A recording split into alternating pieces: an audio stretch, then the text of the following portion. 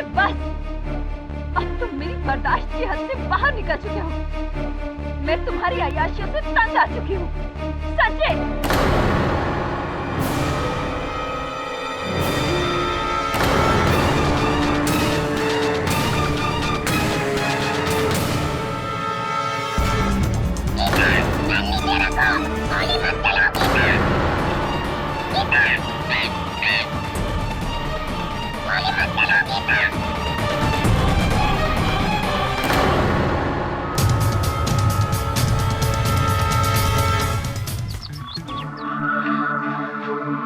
Mister KD पाठक।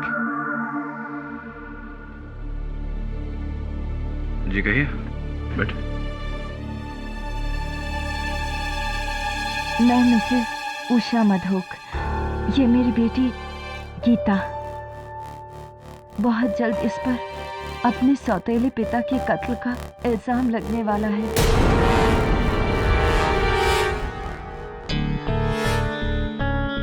सौतेले पिता के कत्ल का इल्जाम लगना? इससे पहले कि पुलिस आकर इसे गिरफ्तार करती, मैं सीधा आपके पास इसे लेकर आई हूँ। दरअसल आज सुबह मेरे पति संजय मधोक की लाश हमारे लोनावाला फार्म हाउस में मिली और उनकी लाश के पास उनका पालतू तोता चैको भी मिला। और वो एक ही बात को बार बार दोहरा रहा है।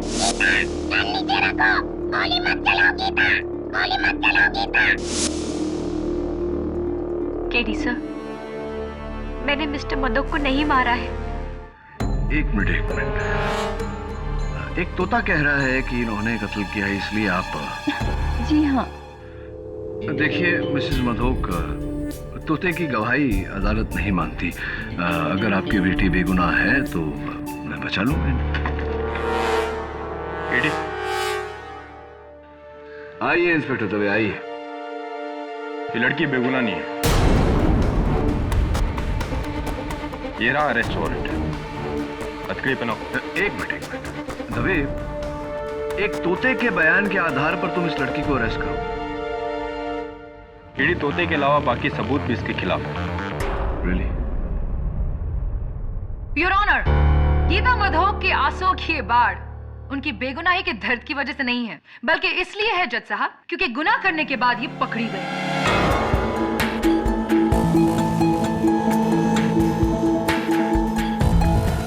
मिस्टर संजय मधोक एक बिजनेस टाइकून थे जिन्होंने 2 तलाकों के बाद की अपनी तीसरी शादी मिस उषा मिश्रा से, जो कि वहां बैठी हैं। अब वो खुद एक डिवोर्सी हैं जिनकी पहली शादी से उनकी एक बेटी है, मिस गीता मिश्रा।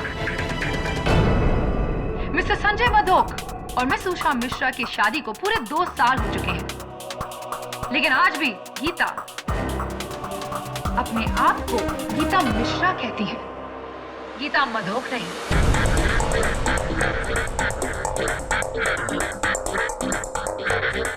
मिस्टर संजय मधोक सौतेले थे, लेकिन थे तो आपके पिता।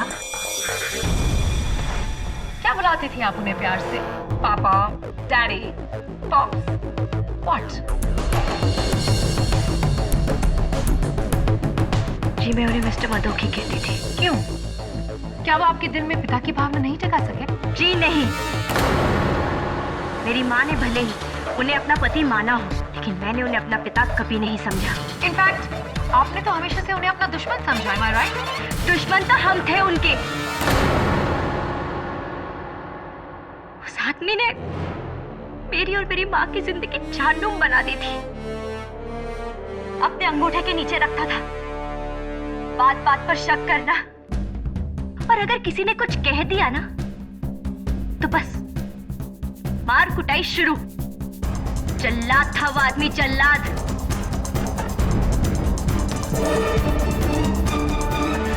बाप होने का कौन सा फर्ज निभाया उसने?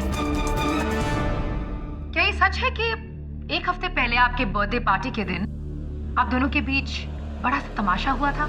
तू मैं हुई थी, जहां कि आपके पिता ने मिस्टर मधोक ने आपको चोर कहा था, चोर। मिस्टर मधोक को ये लगता था कि सबकी नजर उनके पैसों पर है। मेरा बर्थडे भी बर्बाद कर दिया उन्होंने। मन तो आया कि मैं उनसे ही बेटी।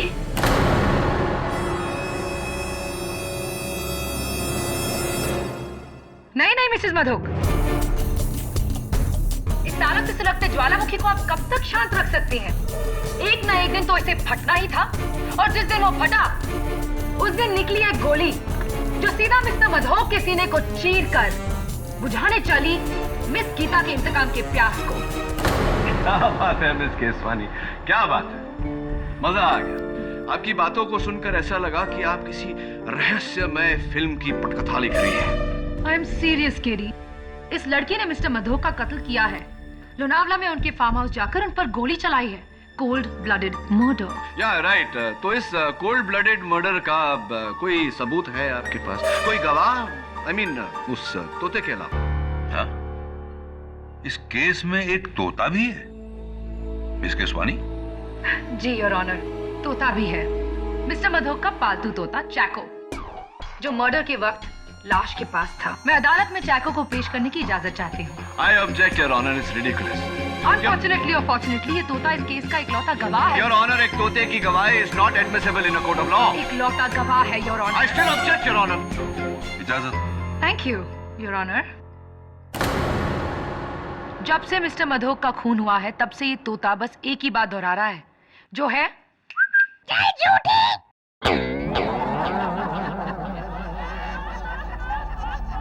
Order order. चैक, बोलो गीता ने क्या किया?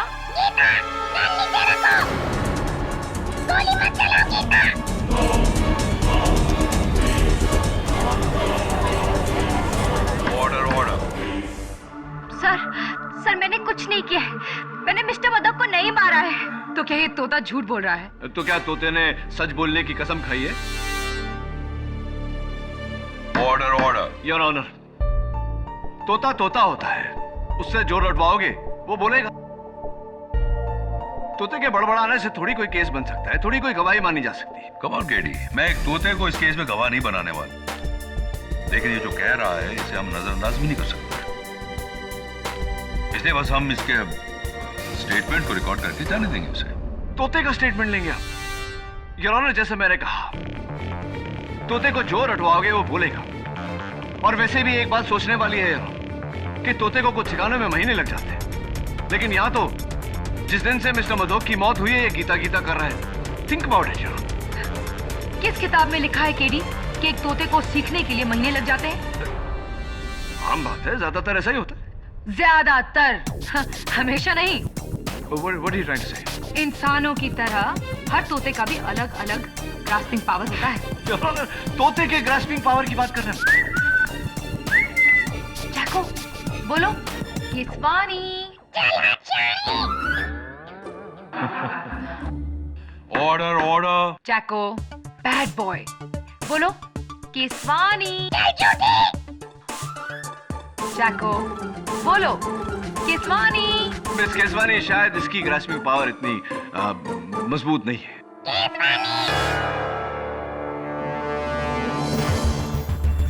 महीने कह रहे थे ना तुम? कितना वक्त लगा केडी? 40 seconds. Still a तोता योर ऑनर। योर ऑनर, अगर ये तोता न भी होता तब भी गीता मिश्रा इस कटघरे में खड़ी होती, क्योंकि जिस बंदूक से संजय मधोक का कत्ल हुआ वो बंदूक पुलिस को संजय मधोक के फार्म हाउस के बाहर एक कचरे के डब्बे में मिली, जिस पर फोरेंसिक्स के अनुसार गीता मिश्रा की उंगलियों के निशान हैं। मिस गीता, क्या कहना चाहेंगे आप? सर, मैं आपको बताती हूँ कि इस गन पर मेरी उंगलियों के निशान कैसे आए।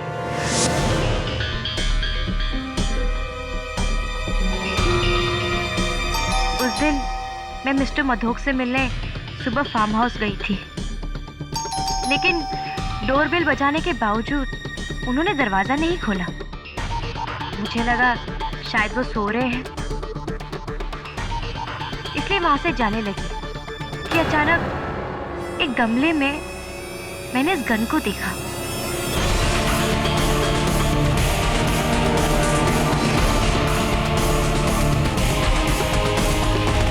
लगा कि शायद ये मिस्टर मधोक की गन है।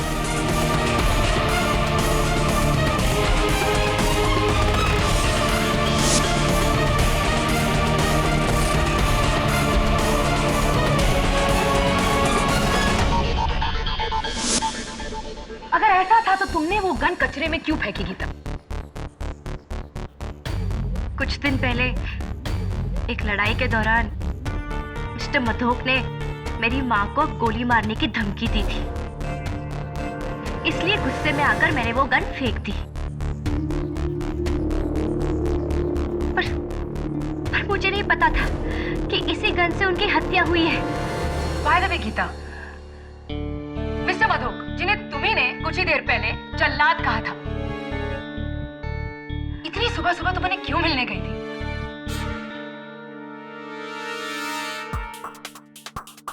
वो मिस्टर मधोक को ऐसा लग रहा था कि मैंने उनकी कंपनी से पैसों की फेरबदल की है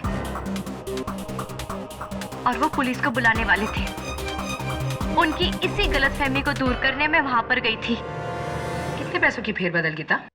वो कुछ 8 करोड़ की।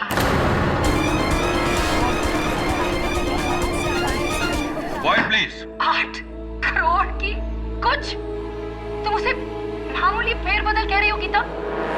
ये तो बहुत बड़ा गबन है, स्कैम है, इट्स अ फ्रॉड। इसीलिए मारा तुमने मिस्टर मधोक को। मैंने किसी का खून नहीं किया है और ना ही मैंने वो पैसे लिए हैं। लिए हो या ना लिए हो, अब उससे क्या फर्क पड़ता है? वैसे भी वो कुछ 8 करोड़ उन 100 करोड़ के नीचे दबने वाले हैं जो अब तुम्हारी माँ को मिलेंगे मिस्टर संजय मधोक की मौत के बाद।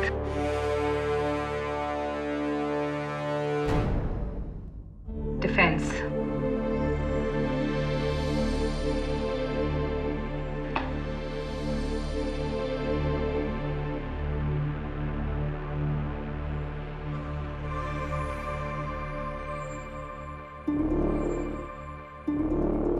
गीता, माफी चाहता हूं, सवाल थोड़ा निजी है लेकिन जवाब देना पड़ेगा। आपकी कमर कितनी है? मेरा मतलब है आप किस साइज का जीन्स पहनती हैं? 26। 26। और कुर्ता? Small size. क्या ये कपड़े आपके हैं? जरा बताइए। नहीं, ये कपड़े मेरे नहीं है। कभी आपने इन कपड़ों को पहले देखा? जी मैंने नहीं देखे। योर ऑनर, ये कपड़े मिस्टर संजय मधोक के फार्म हाउस के बेडरूम की अलमारी से पाए गए हैं। ये गीता के नहीं है क्योंकि ये इनकी साइज से बड़े हैं। ये मिसेस उषा मधोक के नहीं है क्योंकि ये उनकी साइज से छोटे हैं। यानी कि किसी तीसरी औरत के। योर ऑनर, ये कपड़े मिस्टर संजय मधोक की पड़ोसन मिस बालाकृष्णन की है, जिन्हें मैं कटघरे में बुलाने की इजाजत चाहता हूं।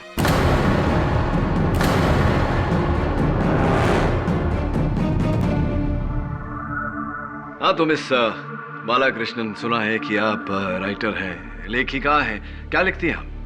जी मैं नोवेल लिखती हूँ। अच्छा। अक्सर लोनावाला में अपने फार्म हाउस जाकर, जो मिस्टर मधोक के फार्म हाउस के काफी नजदीक है। जो मिस्टर मधोक के फार्म हाउस के काफी नजदीक है, इतना नजदीक है योर ऑनर कि इनके कपड़े उनके बेडरूम तक पहुंच गए।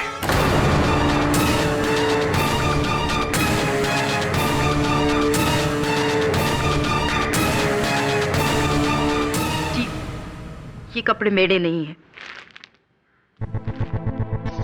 ये कपड़े आपके नहीं हैं?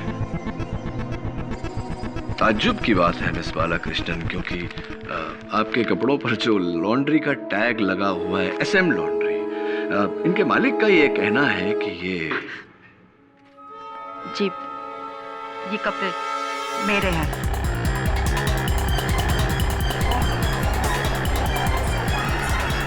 Order order. सच बोलना अच्छी आदत होती है।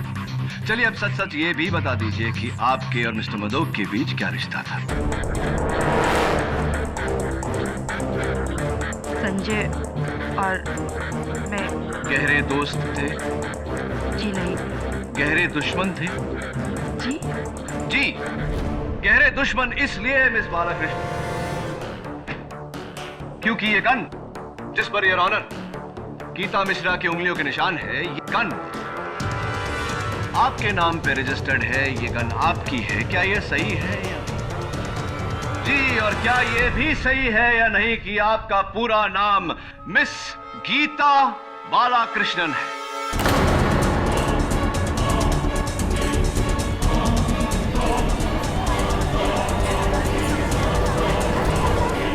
Order order. जी, मेरा नाम भी गीता है, पर मैंने तोते को नहीं,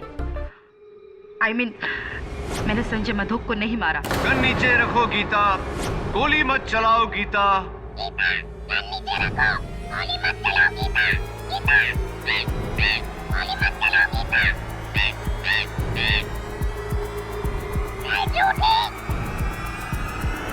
योर ऑनर, तोता भी मेरी बात से सहमत।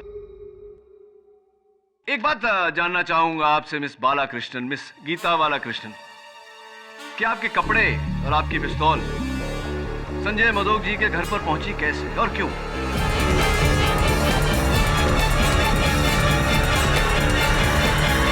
जी, संजय और मेरे बीच अफेयर चल रहा था, इसलिए।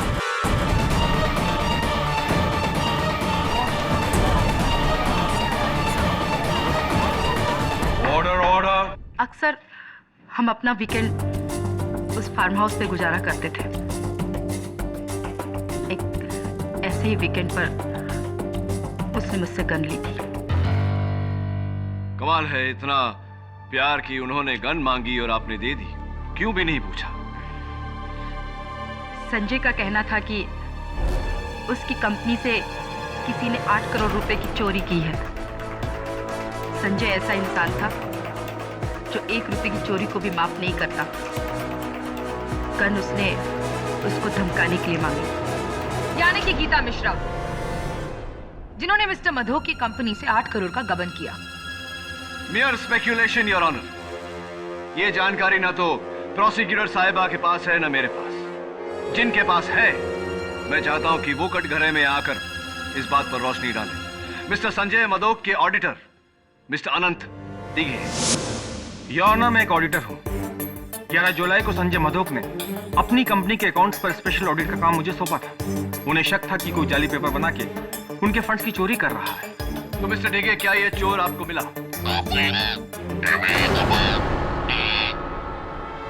सॉरी, मैं पूछ रहा था कि क्या ये चोर आपको मिला? जी, 1.5 महीने की कोशिश के बाद वो 8 करोड़ का गबन करने वाला हमें मिल ही गया। Gita Mishra?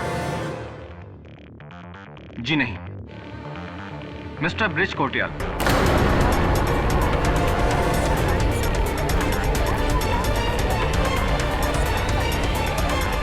Order order. Mister Sanjay Madhok की कंपनी के जनरल मैनेजर। तो मिस्टर दिघे, क्या आपने मिस्टर मधोक को इत्तला की इस बारे में? जी, इस बारे में मैंने उन्हें उनके कत्ल की रात फैक्स भेजा था, लेकिन फैक्स पढ़ने से पहले ही शायद उनकी मौत हो गई थी। इसका मतलब योर ऑनर कि मिस्टर संजय मधोक का गीता मिश्रा पर शक करना गलत था। थैंक यू मिस्टर दिघे, आप जा सकते हैं। मैं बुलाना चाहूंगा मिस्टर संजय मधोक के general manager mister bridge Kotriyal को। मैं मानता हूं वो सारे पैसों की चोरी और अकाउंट का फेरबदल मैंने ही किया था, लेकिन मैंने मिस्टर मधोक को नहीं मारा, जैसा मैंने मिस्टर मधोक को नहीं मारा। मैं अदालत को बताना चाहता हूं कि वारदात की रात 10 बजे मिस्टर मधोक के फोन रिकॉर्ड्स के अनुसार आखिरी फोन उन्होंने आपको किया था, वो भी मिस्टर दिघे के उनको फैक्स भेजने के 5 मिनट बाद। आप कहना क्या चाहते हैं वकील साहब? मैं ये कहना चाहता हूं मिस्टर कोटरियाल कि मिस्टर दिघे ने मिस्टर मधोक को फैक्स भेजा, जिसे पढ़कर मिस्टर मधोक ने आपको फोन किया। आपको लगा कि आपका केस खत्म हो गया और आपके गबन की बात आम हो जाए उससे पहले आप। नहीं वकील साहब, उन्होंने किसी दूसरी वजह से फोन किया था। अरे वो तो मंडे का मीटिंग कैंसिल करवाना चाहते थे और उस फैक्स के बारे में उन्होंने कोई जिक्र नहीं किया, क्योंकि उन्होंने वो फैक्स पढ़ा ही नहीं था। और एक बात, मिस्टर कोटरियल का पहला नाम ब्रिज है, गीता नहीं। मिस्टर कोटरियल सच कह रहे हैं या झूठ, वो अभी पता चल जाएगा। क्योंकि योर ऑनर, उस रात 10 बजे मिस्टर मधोक अपने फार्म हाउस में अकेले नहीं थे। उनके साथ थे उनके पड़ोसी कर्नल रंजीत थापर। मैं और संजय बहुत पुराने दोस्त थे। इनफैक्ट 2 साल पहले वो फार्म हाउस संजय को मैंने ही बेचा था। उस रात हमेशा की तरह मैं और संजय साथ ही में बैठे थे, गप्पे लड़ा रहे थे कि यार थापर, तू तो आर्मी वाला है ना, कोई अच्छी सी सिक्योरिटी बता, मुझे बॉडीगार्ड चाहिए। क्यों, तुझे कौन धमका रहा है? अरे वो मेरी सौतेली बेटी गीता। यकीन नहीं होता, उसी लड़की ने मेरी कंपनी के अकाउंट से 8 करोड़ का घपला किया है। 8 crore, can you believe it? और उसे पता है कि ये बात मैं जानता हूं। बस एक बार सबूत हाथ लग जाए, उस लड़की को अंदर करवा दूंगा। तो तुझे डर है कि इससे पहले कि तू कुछ करे वो तेरी जान ले लेगी? कोई शक नहीं।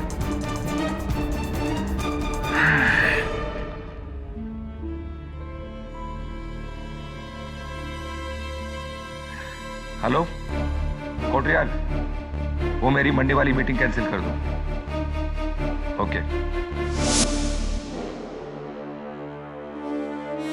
तो मिस्टर मधोक को तब भी ये गलतफहमी थी कि गीता मिश्रा ने ही गबन किया है। जी मुझे लगता नहीं कि संजय ने फैक्स देखा हो।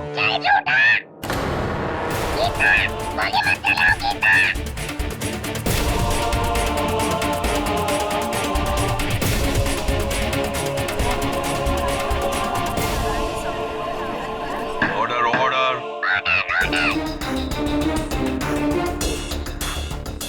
योर ऑनर, बंदूक पर उंगलियों के निशान, गवाहों के बयान और तोते का बार बार गीता गीता कहना, ये सब यही साबित करता है कि गीता मिश्रा ने ही कत्ल किया है।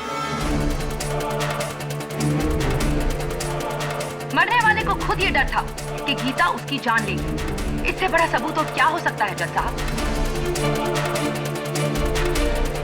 प्रोसिक्यूशन की ये मांग है कि इस लड़की गीता मिश्रा को दफा 503 फॉर क्रिमिनल इंटिमिडेशन और दफा 302 मर्डर के तहत इतनी लंबी सजा दी जाए कि वो दिन गिनते गिनते थक जाए। नहीं जज साहब, मेरी बेटी को उसके किए की इतनी बड़ी सजा मत दीजिए। उसने जो कुछ भी किया है मेरे लिए किया, अपनी माँ के लिए।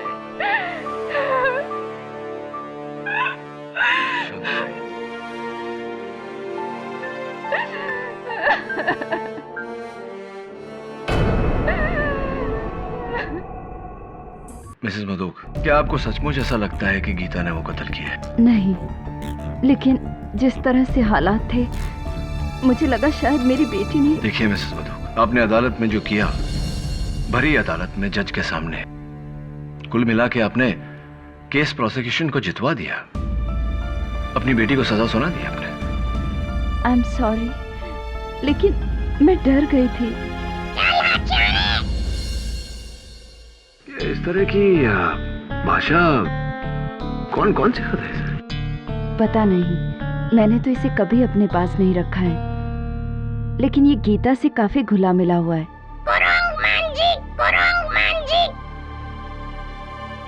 ये तो तमिल बोल रहा है। तमिल में बंदर को कुरंग कहते हैं और मुंजी मतलब फेस, यानी कि बंदर जैसा मुंह। मिसेस मधोक, आपके घर में कोई है जो तमिल बोलता है? आप या गीता या कोई और? जी नहीं। अच्छा, फिर इसने तमिल बोलना कहाँ से सीखा?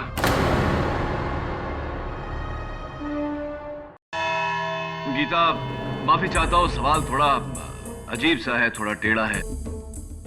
आपका इस तोते के साथ कैसा रिश्ता है? जी, चैको ज्यादातर मेरे साथ ही रहता था और मैंने उसे कई वर्ड्स भी सिखाए थे, जैसे कि गुड मॉर्निंग, हेलो।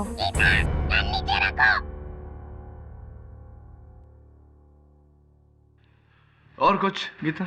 जब मैं अपनी उंगली उसके सामने रखती थी तो बड़ी अच्छी तरीके से वो उस पर आकर बैठ जाता था। यानी कि आप और चैको के बीच इतनी दोस्ती थी कि वो आकर आपकी उंगली पर बैठ जाता था। योर ऑनर, मैं चाहता हूं कि इन्हें मौका दिया जाए कि ये वहां जाकर अपनी बात का प्रदर्शन कर सके। इजाजत है।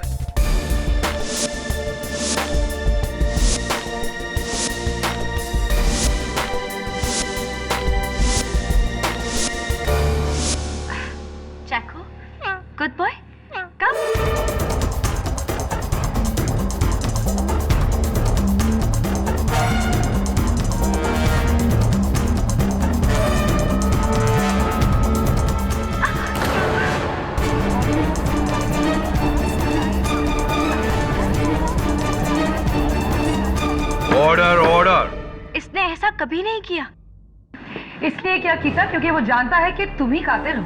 बिल्कुल गलत सोच है आपकी प्रोसिक्यूटर साहब। मैं allow me to explain. Geeta आप आइए। योर ऑनर, इस तोते ने जो किया it's not surprising at all, क्योंकि ये चैको है ही नहीं।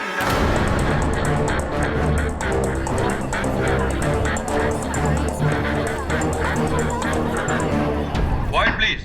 What? हाँ, ये चैको है ही नहीं। चैको की तरह दिखने वाला कोई दूसरा तोता है। योर ऑनर, जरा सोचिए, कुछ ही दिनों में इस तोते का शब्दकोश ही नहीं, व्यवहार भी बदल गया। जिसे ये सिखाया गया है, गीता गन नीचे रखो, गीता गोली मत चलाओ, ये गाली देता है, अलग भाषा में बात करता है। इट्स वेरी ऑब्वियस कि ये चैको नहीं, इसके रूप का कोई और तोता है। Very impressive.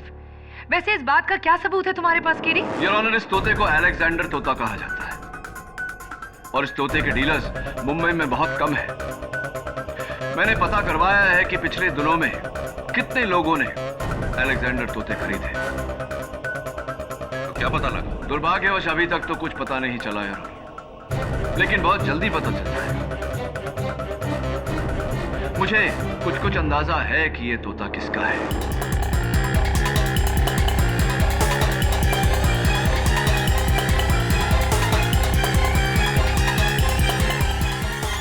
ये तोता मेरा नहीं है, इसे मैंने नहीं खरीदा।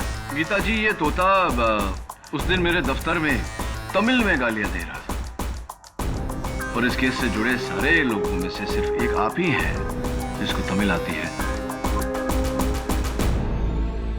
अगर ये तोता आपका नहीं है तो इसे तमिल किसने सिखाया होगा? और गीता कृष्णन ने तोते को ये भी सिखा दिया, गन नीचे रखो गीता, गोली मत चलाओ गीता, ताकि आगे चलकर तोता उसे ही अदालत में फंसा सके। कहो केडी, क्या केसवानी की बात का जवाब है तुम्हारे पास? नहीं है, बट इनफैक्ट मैं मिस केसवानी की बात से पूरी तरह सहमत हूं।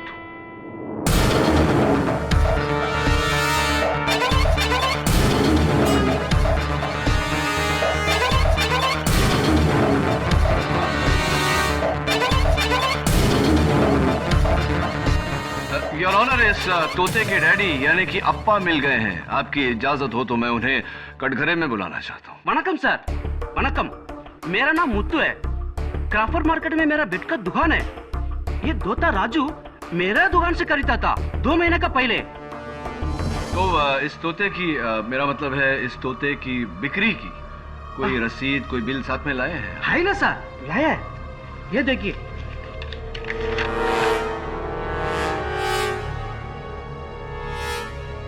14 जून को आपने ये अलेक्जेंडर पैरेट बेचा मिस्टर ब्रिज कोट्रियाल को, योर ऑनर।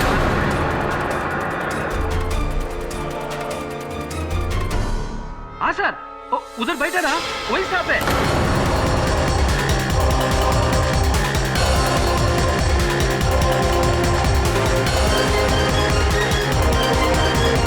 उसने तोता खरीदा। हाँ सर, उसको एक दूसरे जूते का एग्जैक्ट कॉपी चाहिए था।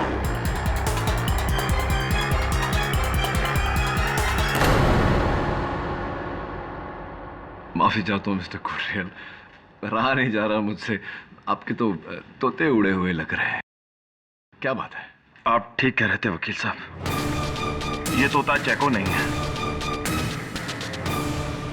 असली चैको सही सलामत मेरे दोस्त के घर पर है।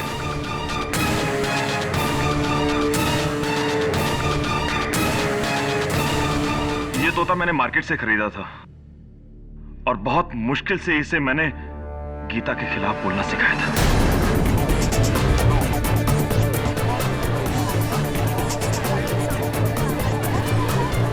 Order, order. राइट। और ऐसा आपने क्यों किया ये भी अदालत को बता दीजिए। जैसे कि आप सब लोग जानते हैं कि मैंने मिस्टर मधोक की कंपनी से 8 करोड़ का गबन किया था, इसलिए इससे पहले कि मिस्टर मधोक मुझे पकड़ते मैंने उन्हें जान से मारने का प्लान बनाया।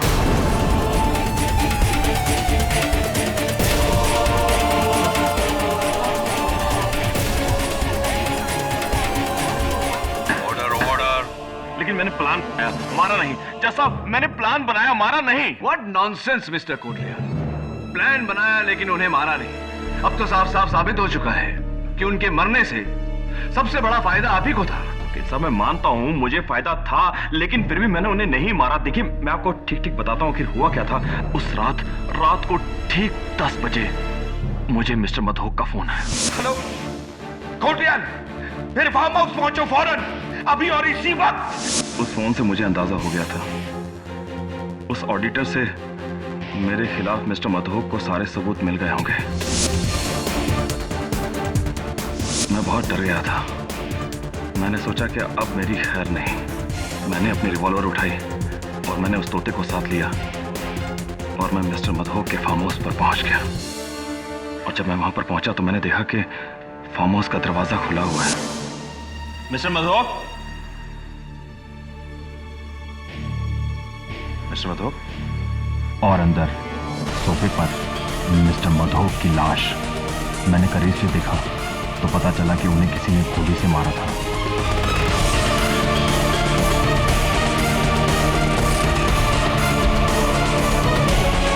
फिर मैंने जमीन पर एक पेपर पड़ा देखा जिस पर ऑडिटर ने साफ साफ लिखा था कि सारे पैसों की चोरी मैंने की थी।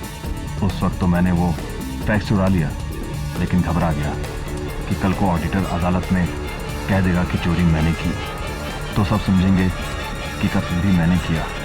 इसलिए ज़रूरी था कि मर्डर ना करते हुए भी मैं अपने आप को बचाऊं। इसलिए मैंने तोते बदले ताकि मुझ पर इल्ज़ाम आने से पहले गीता पर जाता और जैको को लेकर मैं वहां से भाग गया।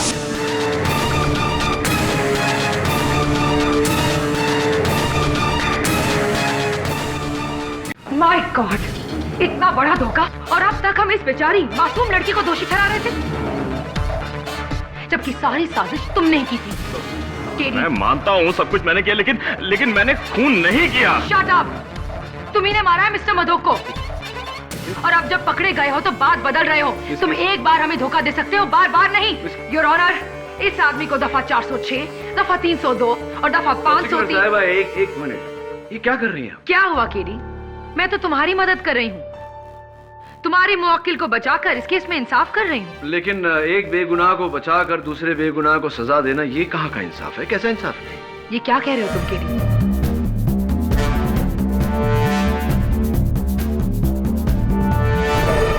केडी, तुम्हें लगता है कि मिस्टर कोटरियाल सच बोल रहे हैं? मुझे लगता नहीं योर ऑनर, पूरा यकीन है कि मिस्टर कोटरियाल सच बोल रहे हैं। ये सही है कि इन्होंने गबन किया, ये सही है कि इन्होंने मिस्टर मधोक को मारने का प्लान बनाया, लेकिन इन्होंने मिस्टर मधोक को नहीं मारा। फिर कौन है मिस्टर मधोक का कातिल? योर ऑनर, मिस्टर डिगे ने मिस्टर मधोक को जो फैक्स भेजा था, हम अब तक नहीं जानते थे कि मिस्टर मधोक ने वो फैक्स पढ़ा या नहीं, लेकिन कोटरियाल साहब के बयान के बाद ये साबित हो गया है कि मिस्टर मधोक ने वो फैक्स पढ़ा था। सीक्वेंस ऑफ इवेंट्स हुई। इसका मतलब ये हुआ कि रात 10 बजे तक मिस्टर मधोक को पता चल गया था कि गबन मिस्टर कोटरियाल ने किया।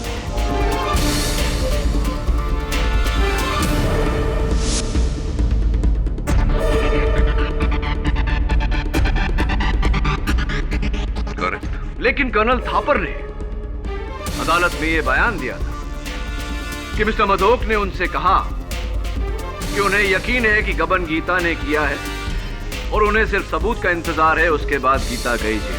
बस एक बार सबूत हाथ लग जाए उस लड़की को अंदर करवा दूंगा। Obviously your honour, colonel Thapar ने झूठ बोला था। मैं उन्हें कटघरे में बुलाकर पूछना चाहता हूं कि उन्होंने झूठ क्यों बोला। हाँ तो कर्नल थापर, उस दिन अदालत में ये गीता के खिलाफ मन घड़न कहानी आपने बनाई, क्यों झूठ बोला था? झूठी गवाही मेरी नहीं है, संजय मधोक की है। आप उसी से पूछिए गीता को लेकर उसने मुझसे क्यों झूठ बोला। I like it. बड़े शातिर हैं आप जानते हैं कि संजय मधोक की लाश उठकर अदालत में आने वाली तो है नहीं गवाही देने, इसलिए आप ये सारा कुछ उस पर डाल रहे हैं। बेनिफिट ऑफ डाउट देकर अगर मैं आपकी बात मान भी लूं, तब भी कर्नल साहब मेरे मन में एक सवाल रह जाता है। उस दिन जब मिस्टर कोटरियाल ने अदालत में झूठी गवाही दी थी, आपने उस झूठ का साथ दिया था, आपने भी झूठी गवाही दी थी। क्यों ऐसा? उन्होंने किसी दूसरी वजह से फोन किया था। अरे वो तो मंडे का मीटिंग कैंसिल करवाना चाहते थे और उस फैक्स के बारे में उन्होंने कोई जिक्र नहीं किया। जी मुझे नहीं लगता कि संजय ने उस फैक्स को देखा था।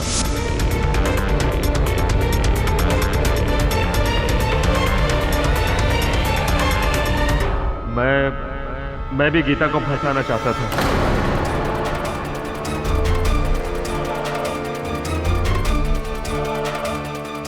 आप भी गीता को फंसाना चाहते थे।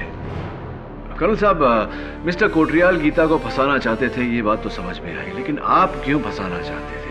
कहीं ऐसा तो नहीं कि संजय मधोक का कत्ल गीता के सर पे डाल के आप खुद बचना चाहते थे?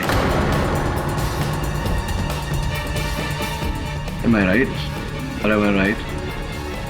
I think I'm right. आप एक एक्स आर्मी ऑफिसर हैं। ऐसा करके आप हमारे संविधान के खिलाफ जा रहे हैं, विरुद्ध जा रहे हैं। वैसे भी आपकी ये खामोशी आपके काम नहीं आने वाली।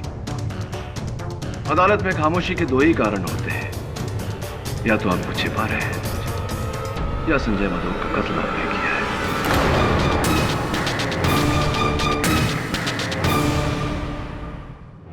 मैं वो एक गलती थी।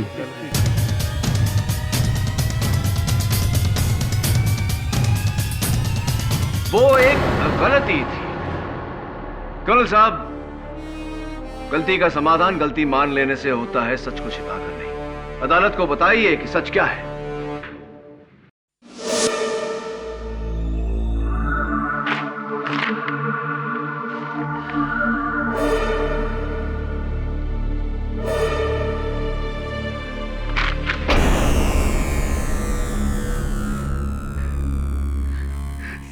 साले चोर है, चोर। जहां देखो वही साले पीठ में खंजर भोंकने वाले चोर। हेलो कोटरियाल, मेरे फार्म हाउस पहुंचो फौरन, अभी और इसी वक्त। क्या बात है संजय, इतने गुस्से में क्यों हो? जिससे देखो वही मेरा पैसा छीनना चाहता है। अपनों के नाम पर दुश्मनों से घिरा हूं मैं, दुश्मनों। कलयुग का जमाना है मेरे दोस्त। ये मत भूलो कि तुम भी उसी कलयुग का हिस्सा हो। था पर दोस्ती के नाम पर तुमने भी मुझे धोखा दिया है। फिर फार्म हाउस के नाम पर मार्केट प्राइस से दोगुनी रेट में बेचा है तुमने मुझे। क्या आप पागल जैसी बातें कर रहे हो? ये फार्म हाउस मैंने तुम्हें मार्केट रेट में बेचा है, बल्कि बेस्ट प्राइस में। बेस्ट प्राइस तुम्हारे लिए होगा, बेस्ट प्राइस मेरे लिए नहीं। दोस्त बनकर तुमने एक फार्म हाउस के नाम पर खंडर बेचा है, खंडर टूटा फूटा। अफसोस था पर कि तुम भी औरों की तरह एक चोर निकले। हाउ डेयर यू संजय, जबान पे लगाम दो, वरना क्या क्या करने का वरना? अरे पैसा तो तूने छीन ही लिया, अब क्या मेरी जान लेगा? क्या करेगा तू वरना? ले जा नीचे रखो, एक पैसा नहीं छीनने दूंगा।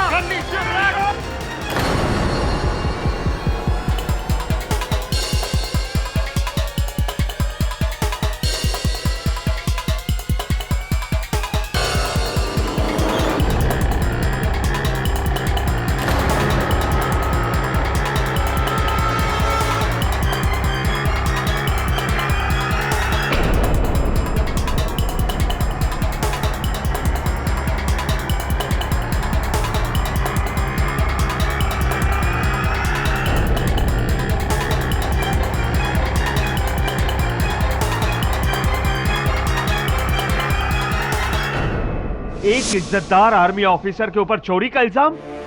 मेरे सारे करियर में मेरे सीनियर से लेकर मेरे जूनियर तक आज तक किसी ने मेरे ऊपर उंगली तक नहीं उठाई। सर ऊंचा और सीना चौड़ा रख के मैं आर्मी से रिटायर हुआ था, और उस आदमी ने मुझे चोर ठहरा दिया। उसकी इतनी हिम्मत! मधोक के लिए तो सभी चोर थे, क्योंकि वो खुद एक चोर था। मेरे हाथों नहीं तो किसी और के हाथों मरता, किसी और के हाथों।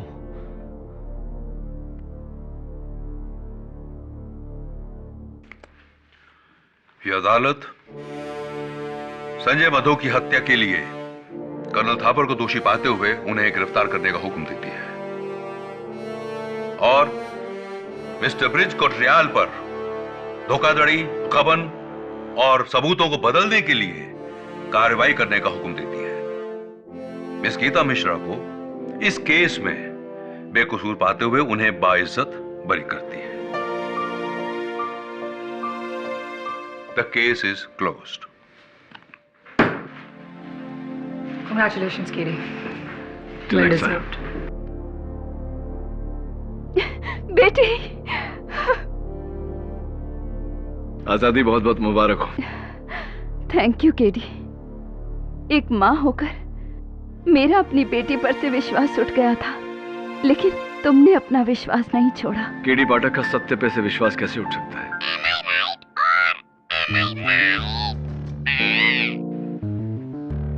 ये तो मेरी लाइन है ना?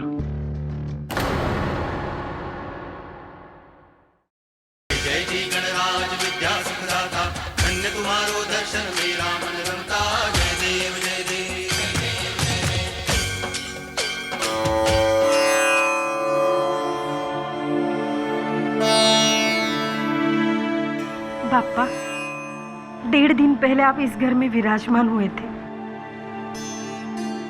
आज आपके विसर्जन का समय है, लेकिन मैं आपको जाने नहीं दूंगी। विघ्न करता हूं ना आप, मुश्किलों को दूर करने वाले।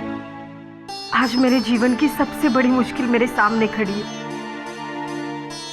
कसम है मुझे मेरे बच्चों की, जब तक मेरे जीवन से ये मुश्किल आप दूर नहीं कर देते,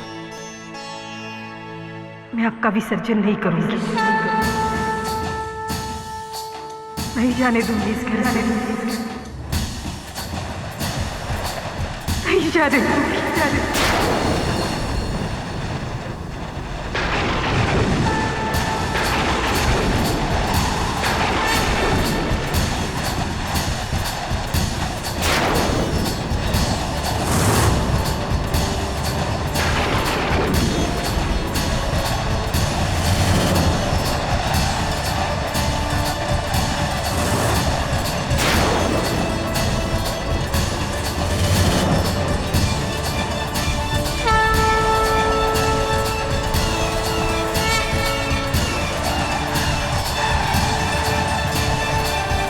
केडी पाठक,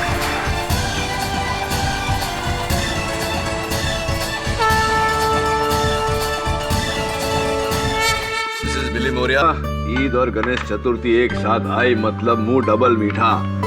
ये देखो, आहा क्या शीर खुरमा भेजा है जुम्मन दर्जी ने। वही जिसको तुमने फैशन शो मर्डर केस में बचाया था। वो है। और ये मोडक? मोहन शर्मा जी क्या है? वो ज्वेलरी मर्डर केस था ना, वही। यानी मेरे दोस्त मानव की मम्मी? तब तो इसमें मेरा भी हिस्सा है। वापस रख, वापस रख। KD Pathak ji.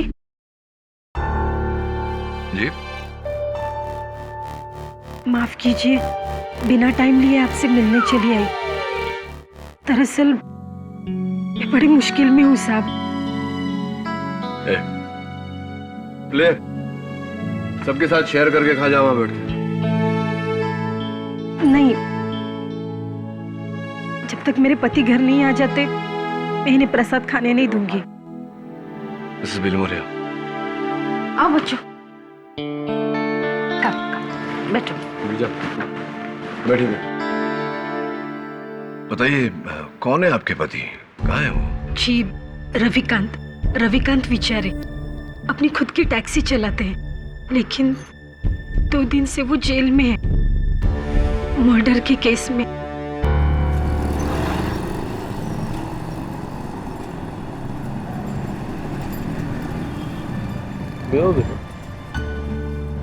Nice. Sir, you come Mumbai सही टाइम पे। Now it's गणेश उत्सव, हमारा सबसे प्यारा भगवान। भाई यहाँ इसलिए ही आया हूँ, गणेश उत्सव पंडाल का फोटोज खींचने। अरे यू नो हिंदी? या भाई ब्रिटिश फोटोग्राफर हूँ और London daily newspaper London times के लिए भी काम करता हूँ। मैं हर साल आता हूँ। क्या बात है साहब, मतलब आप इतनी दूर से?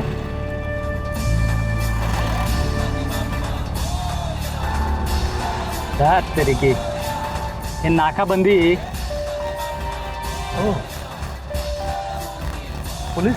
अरे टेंशन मत लो साहब, ये तो हर रोज का काम है, बस 2 मिनट लगेगा। नो इधर से ही चला जाता हूँ। ओके ये लो। लेकिन साहब कीप द चेंज।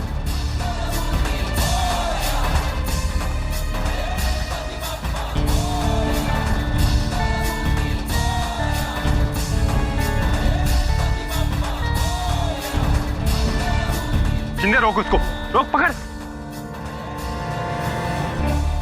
टैक्सी वाले कहाँ भाग रहे थे? साहब घर जा रहे हैं साहब।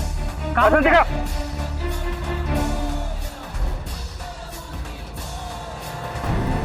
रविकांत कहाँ भाग रहा था? साहब घर जा रहे हैं साहब। डिक्की खोल। डिक्की का ताला खराब है साहब, नहीं खुलता है। डिक्की खोल बोला ना। ठीक है साहब। चल खोल।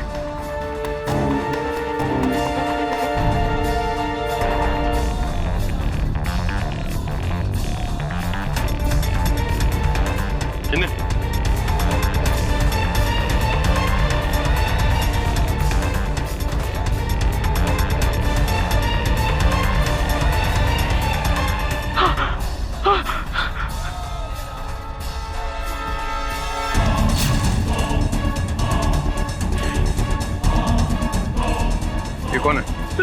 साहब ये पता नहीं कैसे आई मेरी डिक्की में। ये तो मर चुका है। साहब मैंने नहीं मारा इसको। कहाँ लेके जा रहा था लाश? नहीं साहब पता नहीं ये कैसे आया मेरी डिक्की में साहब। शिंदे गिरफ्तार कर लो इसे। मैं समझा ही नहीं रवि, तुम कह रहे हो कि तुम उस आदमी को जानते भी नहीं, और मुझे यकीन है कि तुमने उसे नहीं मारा, तो फिर उसकी लाश तुम्हारी टैक्सी में कैसे आई? मेरे को पता नहीं साहब, आयशप्पा मैंने उस आदमी को नहीं मारा, मेरे को बचा लो साहब, मैं आपके आगे हाथ जोड़ता हूँ, मेरे को बचा लो। हौसला रखो, मैं अपनी पूरी कोशिश करूंगा। वैसे आप मेरे पास कैसे आ गई? किसने भेजा आपको?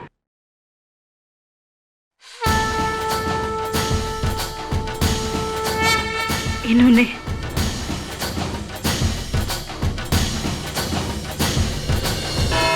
रविकांत बेचारे, तो तुम्हारा कहना है कि 2 सितंबर को तुम्हारी टैक्सी MH02JS 393 में से जो लाश बरामद हुई उसके बारे में ना तो तुम जानते हो और ना ही तुमने उसे मारा, तो फिर वो लाश डिक्की में आई कहां से? क्या उसने अपने आप को मार डाला और फिर वो तुम्हारे टैक्सी के पास आया और अंदर जाकर छुप गया? नहीं, मैंने नहीं। फिर वो लाश डिक्की में आई कहां से? योर ऑनर, जाहिर सी बात है कि प्रोसिक्यूशन के इस सवाल का जवाब रवि के पास नहीं होगा, क्योंकि ये 24 घंटे अपनी टैक्सी के साथ तो रहता नहीं, तो इसकी गैर मौजूदगी में किसी ने वो लाश डिक्की में रखी है। रवि, तुमने आखिरी बार डिक्की कब खोली थी? सर रोज की तरह मैं सुबह 9 बजे टैक्सी बाहर निकालने के पहले डिक्की खोली, चेक किया था साहब, अंदर कुछ नहीं था साहब। यानी कि 9 बजे के बाद किसी ने वो लाश। 1 minute, sorry to cut you KD. Dickey खोली, लेकिन तुमने तो पुलिस से कहा कि डिक्की का ताला खराब है, खुलती नहीं। पता नहीं, सुबह तो ठीक था पर दोपहर को खराब हो गया था। जाहिर है, क्योंकि दोपहर तक तुमने उसमें लाश रख दी थी। मिसेस उमा, उस आदमी की मौत कैसे हुई थी? जहर के असर से जज साहब। जज साहब, इस रुमाल को आर्सेनिक से बने ओडोलेस सॉल्यूशन में डुबाकर और इसे सुंघाने से उसकी मौत हुई।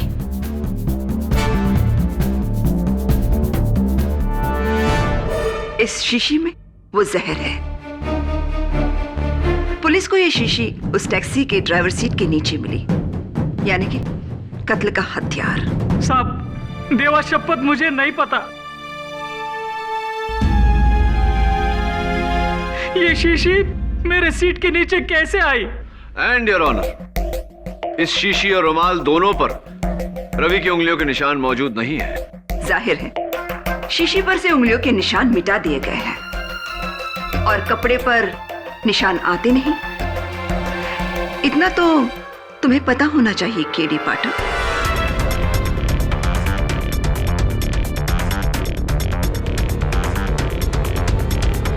उस आदमी के बारे में कुछ पता चला? मसलन कौन था वो, क्या नाम, पता कुछ? जी जज साहब, मरहूम का नाम दिवाकर चोपड़ा है, दिल्ली का ड्राई फ्रूट ट्रेडर है।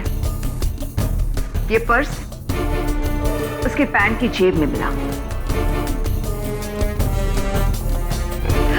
लेकिन इसमें से पैसे गायब हैं।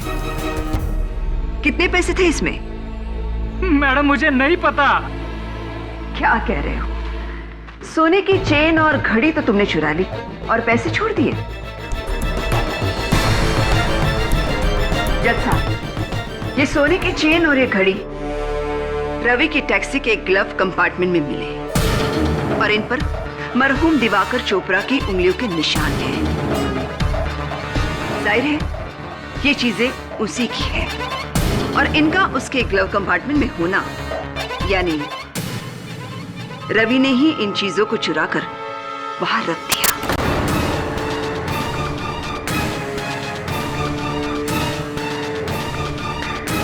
कत्ल से पहले या कत्ल के बाद? माँ बाप मेरे को नहीं पता। ये चैन, ये घड़ी। तुम्हें पता क्या है रवि? हाँ, इतना तो पता है ना कि तुम्हें अदालत किस लिए लाया गया है, या नहीं पता? नहीं पता है तो मैं तुम्हें बता देती हूँ। तुम्हें लालच आ गया और तुमने अपने निहत्थे पैसेंजर को मारकर उसे लूटा और उसकी लाश तुम ठिकाने लगाने ही जा रहे थे। I object, Your Honor। एक सोने की चेन और एक घड़ी के लिए रवि जैसा ईमानदार टैक्सी ड्राइवर अपनी बरसों की मेहनत, अपनी रोजी रोटी और अपने परिवार को दांव पर नहीं लगाएगा। क्यों केडी? क्या इससे पहले कभी किसी टैक्सी ड्राइवर ने कोई जुर्म नहीं किया पैसों के लिए? जज साहब, आज से 12 साल पहले इसी अदालत में मैंने एक केस लड़ा था और जीता भी।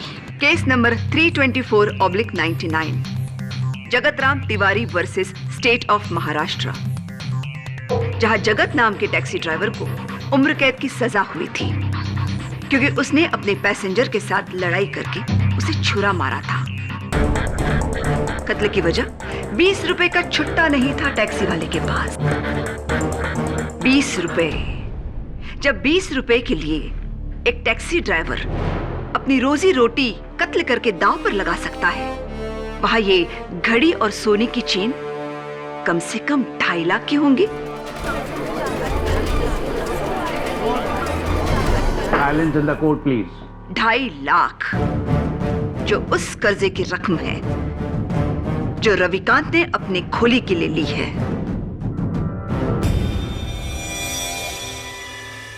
1, नाकाबंदी से भागना। 2, टैक्सी से लाश का मिलना। 3, टैक्सी से कत्ल का औजार मिलना। 4, चोरी की घड़ी और सोने की चेन। 5, कर्जे की रकम। इन 5 उंगलियों को मिलाकर बनती है मेरे 23 साल के प्रोसिक्यूशन की मुट्ठी, जो केडी पाठक जैसे होनहार लेकिन जूनियर लॉयर भी नहीं बन सकते। लेकिन जूनियर लॉयर भी नहीं बन सकते।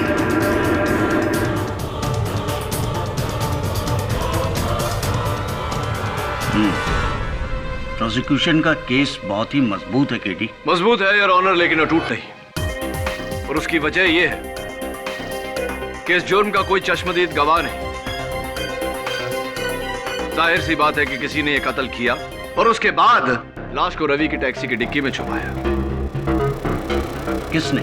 यही तो पता लगाना है योर ऑनर। उस दिन सवेरे 9 बजे से दोपहर के 3 बजे तक रविकांत की टैक्सी में 3 लोगों ने सवारी की।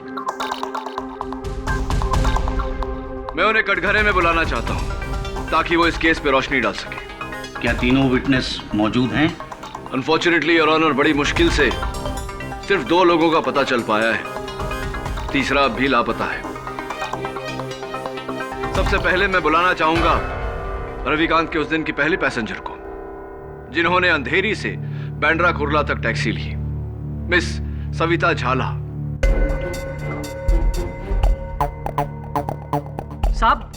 यही लड़की थी साहब। उस दिन मैं टैक्सी को साइड में पार्क करके होटल में चाय पीने गया था। 10 बजे का टाइम था साहब। बाहर आके देखा तो मैडम टैक्सी के पास खड़ी थी, बहुत घबराई हुई थी साहब। वो टैक्सी में बैठी और फिर सांता क्रूज में उसका दोस्त भी टैक्सी में आके बैठ गया। फिर दोनों के बीच पता नहीं अंग्रेजी में कुछ बड़ा बहस हुआ साहब। फिर बैंड्रा कुर्ला कॉम्प्लेक्स पे मैडम गुस्से से उतर गई साहब टैक्सी से। उसका दोस्त भी उसके बाद उतरा। हाँ तो मिस झाला, मैं आपसे जानना चाहूंगा कि आपको याद है वो उस टैक्सी की डिक्की खुली हुई थी उस समय? कौन सी टैक्सी, कैसी डिक्की? और मैं इसकी टैक्सी में कब बैठी?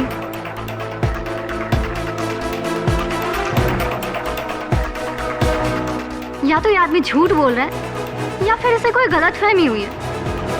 मे बी कोई और लड़की हो। ओ मैडम, क्या बोल रही हैं आप ही थी,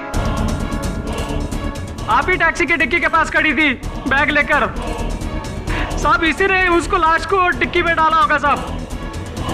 अरे ये क्या बोल रहे हो? ना मैंने तुम्हें कभी देखा है और ना ही तुम्हारी टैक्सी को। मिस झाला, क्या आप जानना चाहेंगे कि हमने आपके बारे में पता कैसे लगाया? रवि के बयान के मुताबिक उसने अंधेरी के रत्नाकर कॉलोनी से सवारी ली और बैंड्रा कुर्ला के मैक्स इंडिया बैंक बिल्डिंग के सामने सवारी को उतार दिया। हमने अंदाजा लगाया कि शायद वो सवारी मैक्स इंडिया बैंक में काम करती होंगी, तो वहां के कर्मचारियों से बात करने के बाद हमें पता चला कि उनकी एक ही मुलाजिम अंधेरे की रत्नाकर कॉलोनी में रहती हैं, जिनका नाम मिस सविता झाला है, यानी कि आप। तो उससे क्या साबित होता है? और वैसे भी उस दिन मैं ऑफिस टैक्सी से नहीं बस से गई थी। बस से? जी हाँ। अजीब, ये कैसे हो गया? क्योंकि मिस झाला, मैक्स इंडिया बैंक बिल्डिंग के गेट से घुसते हुए गाड़ी का नंबर सिक्योरिटी गार्ड में लिखा था, ये देखिए, MHO2JS 393, जो किसी बस का नहीं, रविकांत की टैक्सी का नंबर है। और हम सिक्योरिटी गार्ड ने पुलिस को बयान भी दिया है कि उसने आपको इनकी टैक्सी से उतरते हुए देखा, एक बैग समेत। और आपके पीछे पीछे आपके कोई पुरुष मित्र भी उतरे थे बैग समेत। वैसे कौन थे वो मित्र आपके? क्या क्या संबंध है आप दोनों के भी? चलिए छोड़िए, जाने दीजिए, अदालत को इन बातों से क्या मतलब। ये बताइए कि वो जो बैग्स आप दोनों के पास थी, क्या था उनमें? कहीं ऐसा तो नहीं कि आप दोनों का जाती सामान था उसमें और आप दोनों एक दूसरे के साथ भागना चाहते थे? नहीं नहीं, मैं भागी नहीं। मैंने अपना इरादा बदल लिया और मैंने आमोद को भी समझाया कि मैं अपने पेरेंट्स के अगेंस्ट नहीं जा सकती। और हमारे बीच लड़ाई भी हुई, इसलिए मैं भागने के बदले ऑफिस उतर गई। घबरा मत सरिता, तुम अदालत में इसलिए झूठ बोल रही हो क्योंकि तुम नहीं चाहती कि तुम्हारे घर वाले इस बात को जाने कि तुम उस लड़के के साथ घर से भागने की सोच रही थी।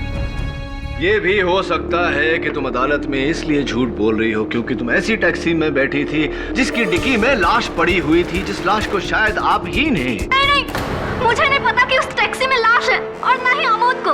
तो फिर एक बात बताइए मिस झाला, आप और आपके जो मित्र हैं मिस्टर अमोद, ये जो भारी भारी बैग्स आपके साथ थे, टैक्सी की डिक्की में रखने के बजाय, जैसे कि आमतौर पे सब करते हैं, आपने बैग्स अपने साथ टैक्सी के अंदर रखे। क्यों, कोई खास वजह?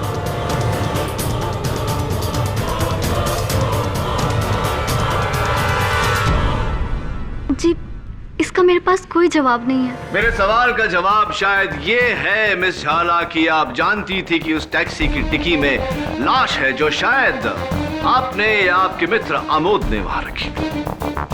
योर ऑनर, अंधेरे ईस्ट की रत्नाकर कॉलोनी जहां से सविता बैठी और सैंताक्रूज स्टेशन जहां अमोद बैठे, दोनों ही बहुत बिजी एरिया से।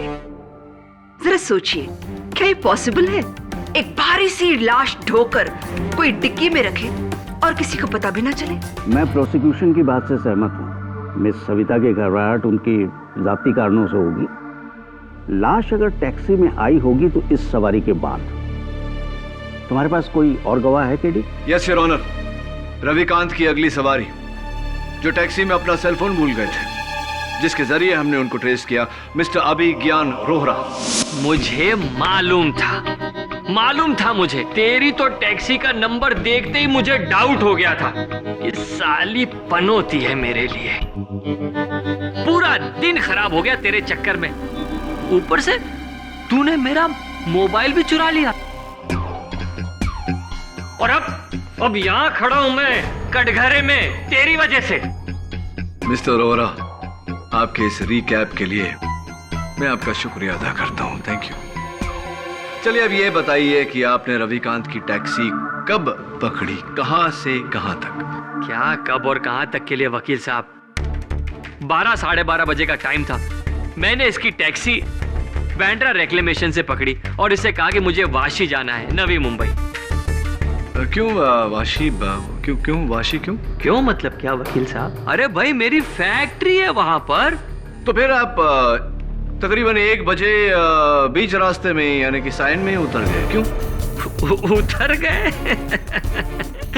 उतरा नहीं वकील साहब, सायन पर ही इसकी खटारा टैक्सी का टायर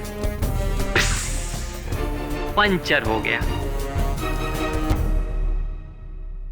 अब मैं क्या इसके पंचर चिपकाने का इंतजार करता? मैंने तो इसे आधे पैसे दिए और इससे जान छुड़ा ली। मिस्टर रोहरा, पूरी ड्राइव में आपको टैक्सी की डिक्की में से कोई आवाज सुनाई दी? हाँ, आवाज तो आई।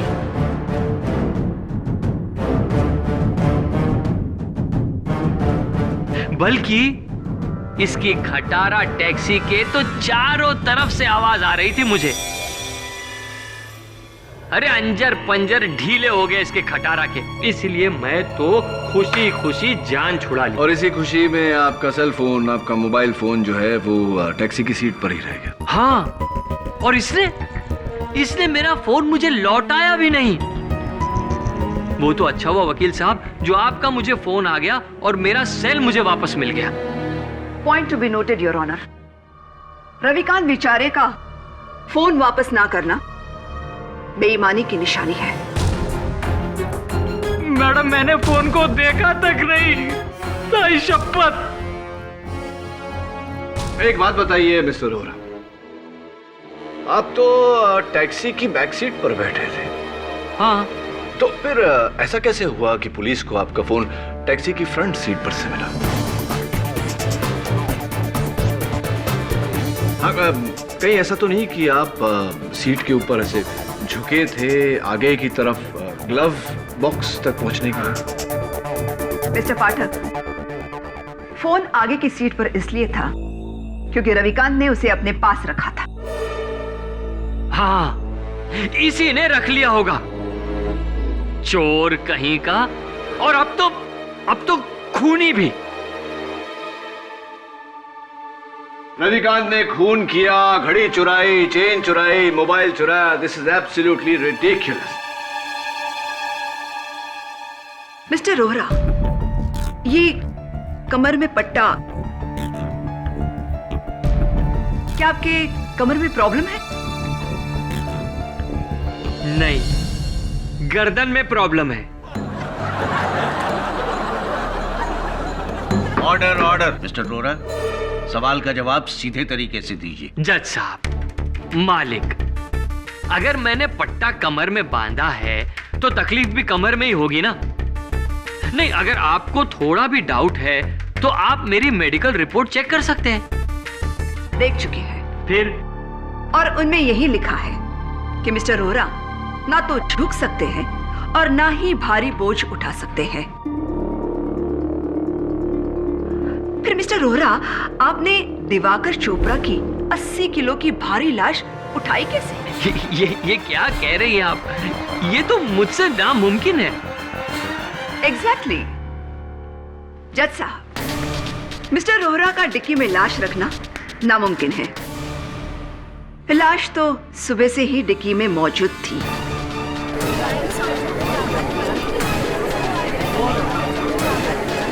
साइलेंस। और इस बात को साबित करने के लिए कि सिर्फ रविकांत बेचारे जानते थे कि गाड़ी की डिक्की में लाश है, मैं अपने अगले गवाह को बुलाना चाहती हूँ। गजानन नाइक। नमस्ते माई बाप। योर ऑनर, ये वही मैकेनिक है जिसने रविकांत के टैक्सी का टायर ठीक किया, राइट गजानन? जी। घबराओ मत, तुम्हें कोई कुछ नहीं कहेगा। तुम सिर्फ इतना बताओ कि वो टायर तुमने कब और कहाँ ठीक किया। जी सर। मैडम। जी जी, माफ़ करिए मैडम, मेरी अपनी पंचर की दुकान है विनायक टायर शॉप के नाम से, जो साइन में गणेश मंदिर के पास है। ये आदमी मेरी शॉप में अपनी टैक्सी लेके आया, उसके टैक्सी का पिछला टायर पंचर था। वो पंचर टायर लेकर तुम्हारे पास आया? जज साहब, नॉर्मली जब टायर पंक्चर होता है तो सबसे पहले डिक्की खोली जाती है और फिर स्टेपनी को निकालकर उस पंक्चर टायर की जगह फिट किया जाता है। तुमने ऐसा क्यों नहीं किया रविकांत? मुझे लगा बस 2 मिनट पे पंक्चर वाला है, तो इसके लिए मैं मगजमारी क्यों करूं? या फिर इसलिए क्योंकि तुम डिक्की नहीं खोलना चाहते थे? तुम जानते थे कि टैक्सी की डिक्की में लाश है।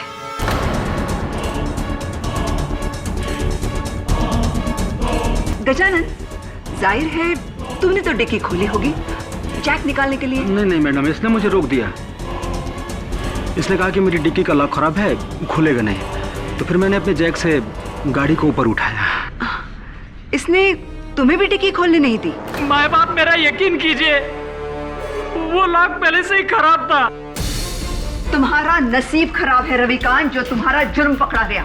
ना तो तुमने खुद डिक्की खोली, ना किसी को खोलने दी, क्योंकि तुम जानते थे कि उस डिक्की में लाश है। नहीं, मुझे नहीं पता था। तो फिर वो लाश आई कहां से? जादू से?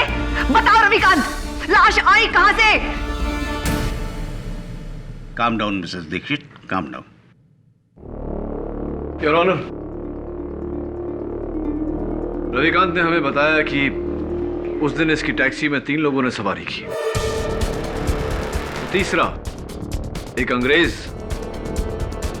जब इसकी टैक्सी तक आया तब ये होटल में खाना खा रहा था। टैक्सी के आसपास कोई नहीं था।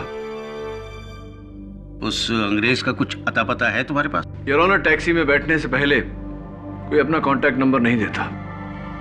उसे कैसे तलाश करूं? ये तुम्हारा प्रॉब्लम है केडी। या तो उस आदमी को ट्रेस करके इस कत्ल से जोड़ना होगा तुम्हें, या फिर इसमें हार माननी होगी। घबराओ मत केडी, अपने सीनियर से हारने में कोई शर्म की बात नहीं।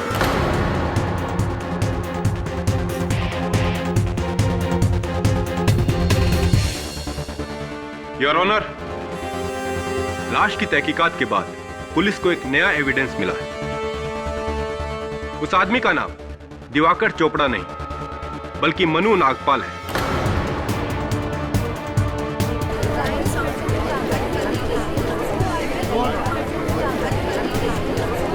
साइलेंस। मनु नागपाल जो एक वांटेड क्रिमिनल था, जिसकी पुलिस को ड्रग स्मगलिंग के 9 अलग अलग केसेस में तलाश थी। Drug smuggling? जी हाँ योर ऑनर, ये इसका पुराना हथकंडा था। अक्सर टैक्सियों में ड्रग स्मगल करके एक सिटी लिमिट से दूसरी लिमिट तक ले जाना। पुलिस को आरटीओ की मदद से ऐसी 5 टैक्सियों के नंबर मिले हैं। उनमें से एक टैक्सी का नंबर है MH02 JS 393, रवि विचारे की टैक्सी।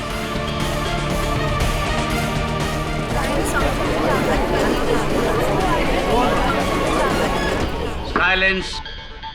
ओह माय गॉड, ये तो नया कनेक्शन है। अब समझ में आ गया।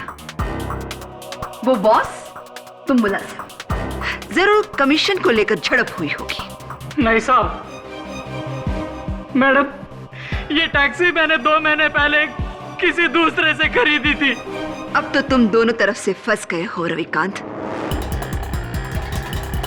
एक तरफ मर्डर तो दूसरी तरफ ड्रग्स स्मगलिंग। योर ऑनर, इस नए एविडेंस ने इस केस पर नई रोशनी डाली है। एक ड्रग स्मगलर के हजारों दुश्मन हो सकते हैं, कोई भी मार सकता था मनु नागपाल को। मैं चाहता हूं कि इस केस की छानबीन करने के लिए मुझे थोड़ा और समय दिया जाए। हो सकता है कि इस दौरान मैं उस अंग्रेज को भी ढूंढ निकालूं। ठीक है, यह अदालत अगली सुनवाई तक मुलतवी की जाती है। The court is adjourned for the day.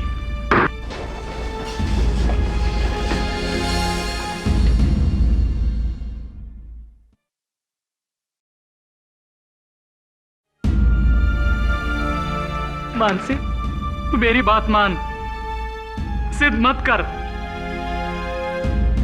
Ganpati महाराज का विसर्जन कर दे। नहीं, जब तक वे मेरा विघ्न दूर नहीं करते मैं विसर्जन नहीं करूंगी। अब ये मेरे भगवान की परीक्षा है।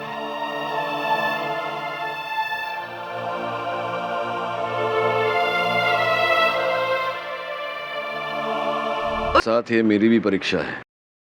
वरुण, अगर मैं ये केस हार गया तो मानसी का भगवान पे से विश्वास उठ जाएगा। केडी सर, जितना मैंने इस केस को स्टडी किया, मेरा पूरा डाउट उस अंग्रेज पर है। वो पुलिस को देखकर ऐसे भागा था जैसे गाय के सर से सींग। आई एम वेरी श्योर उसी ने उस लाश को टैक्सी में डाला होगा। हाँ, लेकिन एक अंग्रेज टूरिस्ट को इस शहर में ढूंढेंगे कैसे? ये भी पता नहीं कि शहर में होगा या नहीं। रवि ने क्या कहा था वो? मैं एक ब्रिटिश फोटोग्राफर हूँ और London daily newspaper London times के लिए भी काम करता हूँ। फोटोग्राफर है।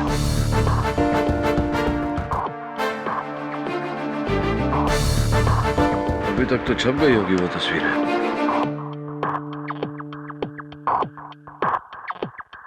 मिल गया, ये देख, लंदन टाइम्स। फोटोग्राफर का नाम जावेद स्मिथ। ये काम कर, इनके लंदन ऑफिस फोन कर और पता लगा कि ये गोरा इस वक्त मुंबई में कहाँ होगा। Right sir.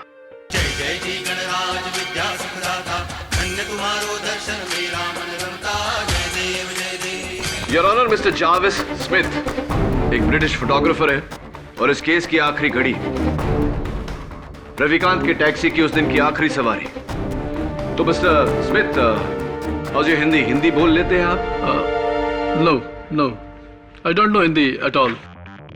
फिर तो योर ऑनर इन्हें फांसी का फरमान इंग्लिश में ट्रांसलेट करके सुनाना पड़ेगा।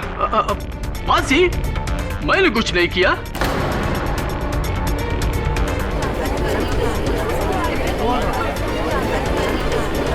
ऑर्डर। हाँ, आपने कुछ नहीं किया, लेकिन बड़ी तेजी से 30 सेकंड में आप हिंदी सीख गए।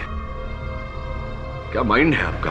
अब जरा इस माइंड को रिवाइंड करिए और बताइए कि उस दिन रविकांत की टैक्सी से पुलिस को देखकर, नाकाबंदी को देखकर आप घबरा कर उतर गए थे। क्या कारण था उसका? नहीं, मुझे लेट हो रहा था तो मैं वहां से पैदल गया।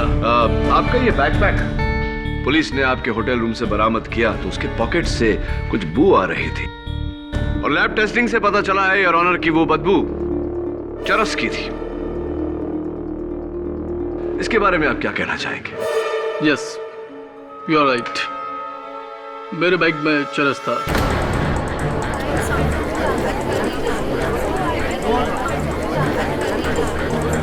साइलेंस। और मैं पुलिस को देखकर सोचा कि वो उसको सर्च करेगा तो मैं मुसीबत में पड़ जाऊंगा। Point to be noted your honour, mister Smith के बैग में से ड्रग्स बरामद हुए।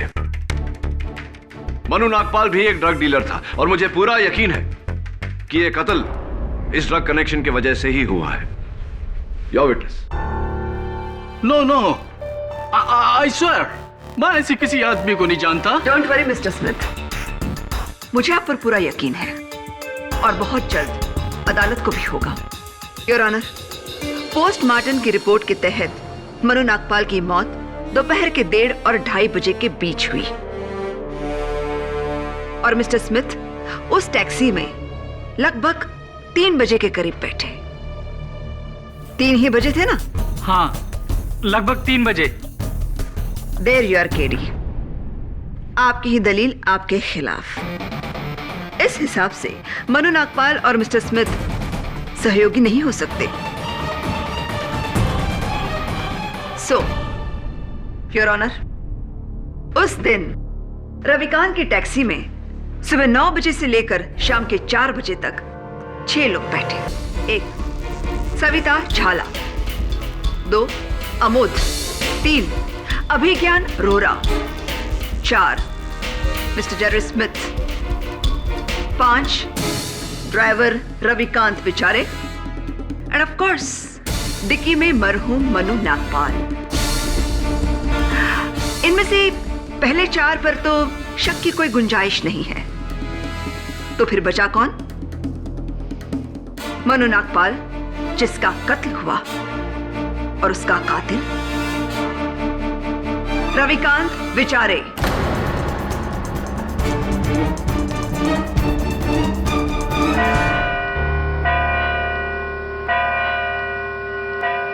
The court is adjourned for the day.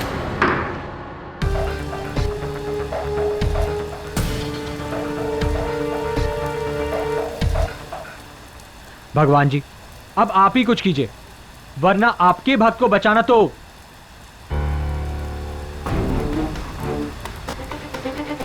चाबी? इंस्पेक्टर दवे, चाबी। डिक्की की है, बड़ी मुश्किल से खुलती है। चेक करते हैं।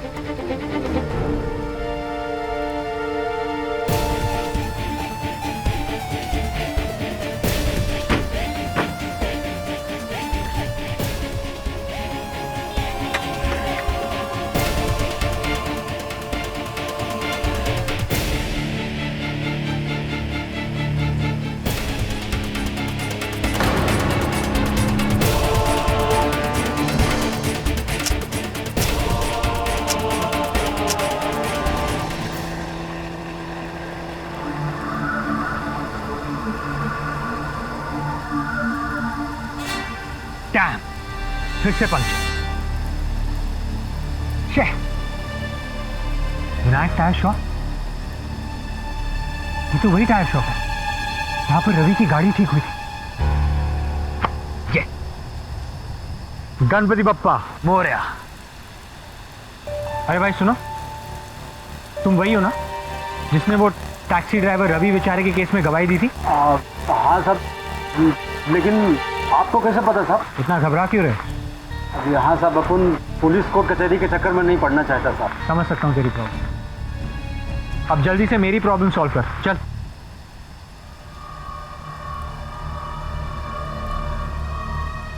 हेलो साहब। तो ये है फसाद की जड़, एक कील। आप तो लगी हो साहब कि आपके टायर से 1 कील मिला साहब। जो रवि है ना टैक्सी वाला, उसके टायर से 4 कीलें मिली साहब। 4 कील? वो भी एकदम नहीं। 4 कील एक साथ, वो भी नहीं। Ganpati Bappa, love you. Your honour, ये कुछ तस्वीरें हैं रविकांत के टैक्सी के डिक्की के अंदर के हिस्से की, जहां लगे हुए खरोचों से साफ जाहिर होता है कि किसी ने डिक्की को अंदर से खोलने की कोशिश की थी इस स्क्रू ड्राइवर का इस्तेमाल करके।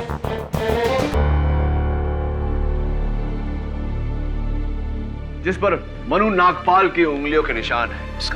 इसका मतलब ये हुआ यार ऑनर कि मनु नागपाल जब उस डिक्की में घुसा तब वो जिंदा था, मुर्दा नहीं।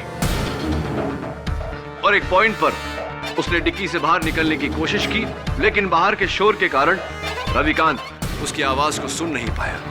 अब सवाल यह है योर ऑनर कि मनु नागपाल उस डिक्की में घुसा क्यों? वो शहर छोड़कर भागना चाहता था, और पब्लिक ट्रांसपोर्ट यानी टैक्सी से बेहतर सवारी और क्या हो सकती है?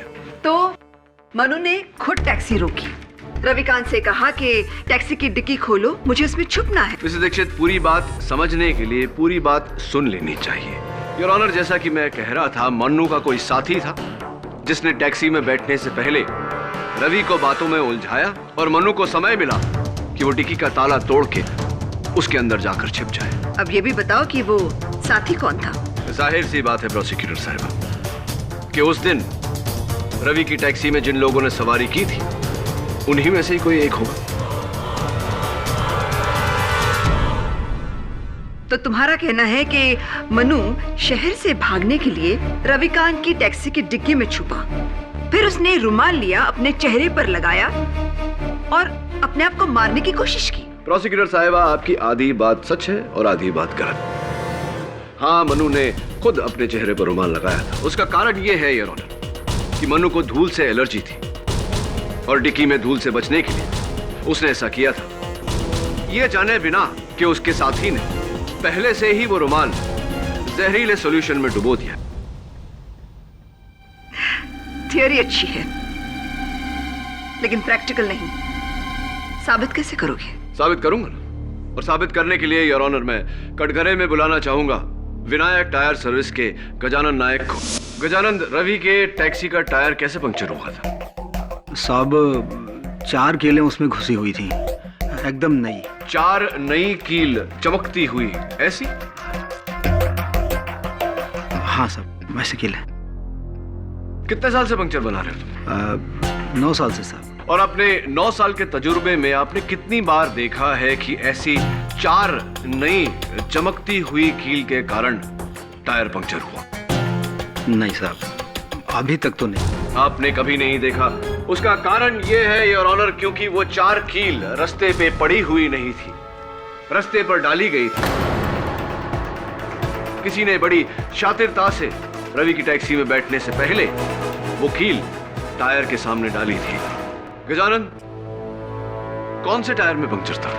साहब वो ड्राइवर के पीछे का राइट साइड। ड्राइवर के पीछे का राइट साइड।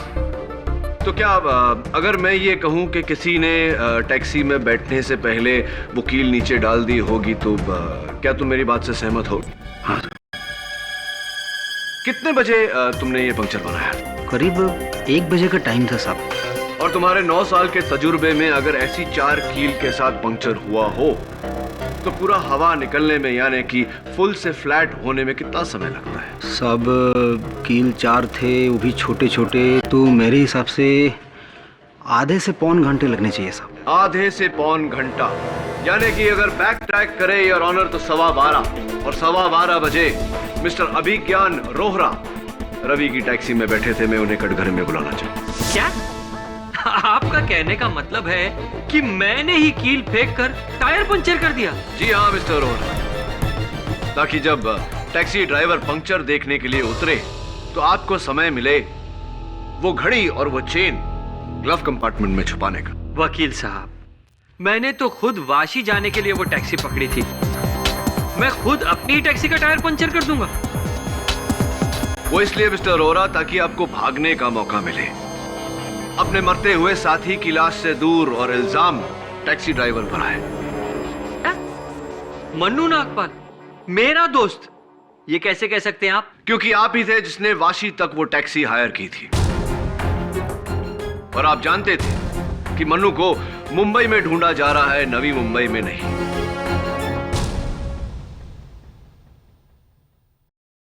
देखिए, मेरा और मन्नू नागपाल का कोई कनेक्शन नहीं है। मैं जा रहा था अपने जूतों की फैक्ट्री में जो वाशी में है। आप चाहे तो मेरे स्टाफ से पता कर सकते हैं। पूछा हमने, और आपके स्टाफ का साइंड स्टेटमेंट है जज साहब के टेबल पर जो ये कहता है कि आप उस दिन अपने फैक्ट्री गए ही नहीं।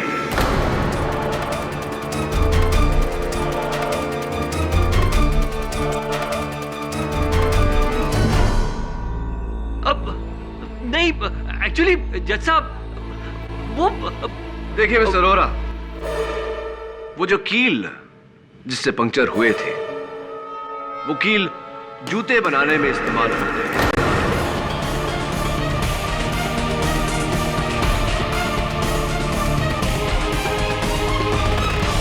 बिल्कुल वैसे ही कील आपकी फैक्ट्री में भी इस्तेमाल होते हैं मिस्टर रोहरा। आपका खेल खत्म हो गया। आप जुर्म कबूल करते हैं या मैं जज साहब को वो तस्वीरें दिखाऊं? मैं आपसे कितनी बार कहूं कि मैं उससे नहीं जानता था। आप मनु नागपाल को नहीं जानते? जी नहीं। कभी नहीं मिले? नहीं। ये कुछ तस्वीरें हैं योर ऑनर। मिस्टर रोहरा और मिस्टर मनु नागपाल की एक साथ में ड्रिंक लेते हुए।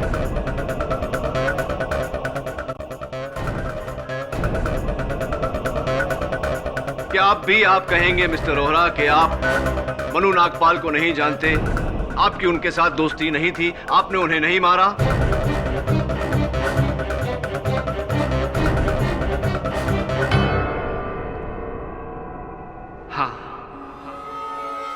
मैंने ही मन्नू नागपाल का खून किया है।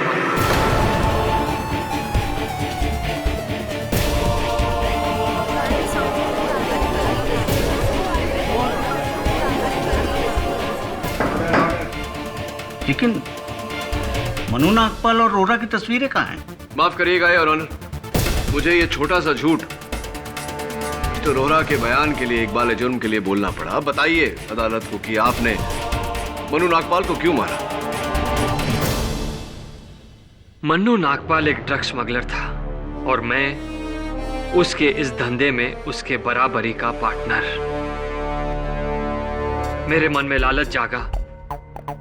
मैंने चाहा कि मैं वो पूरा का पूरा बिजनेस अकेला हथिया लूं। मैंने मन्नू नागपाल को मारने का फैसला किया। मैंने एक प्लान बनाया। जिस गाड़ी से हम लोग जाने वाले थे उस गाड़ी को मैंने खराब कर दिया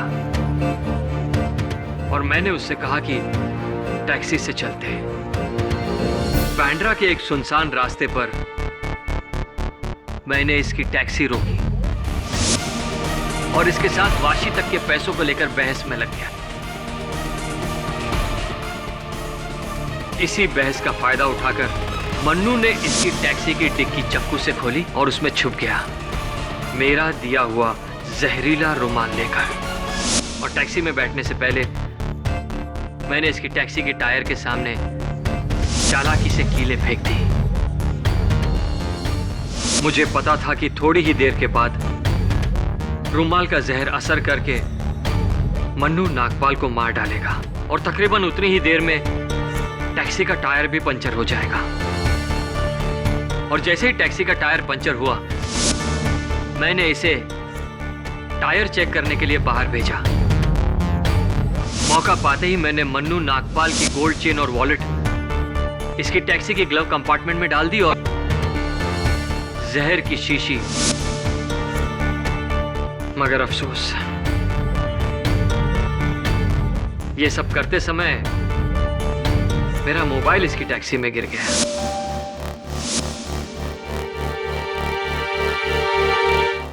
ये अदालत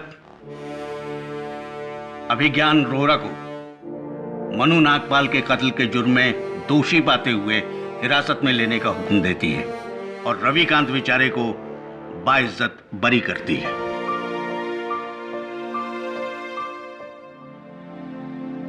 द केस इज क्लोज्ड।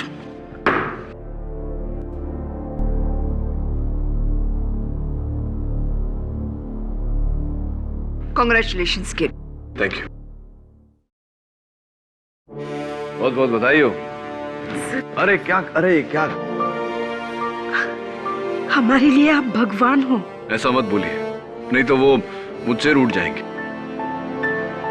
वैसे भी ये केस तो बाप्पा ने ही सॉल्व किया है। पापा ने? वो कैसे? हाँ, आप देखिए ना, मेरे असिस्टेंट की बाइक बिल्कुल गणेश मंदिर के सामने खराब हुई और सबसे अहम गवाह इस केस के गजानंद विनायक टायर सर्विस वाले, ये गणेश जी के दूसरे नाम ही है। आपकी प्रार्थना सफल हो गई, इसीलिए तो उन्हें विघ्नहर्ता कहते हैं।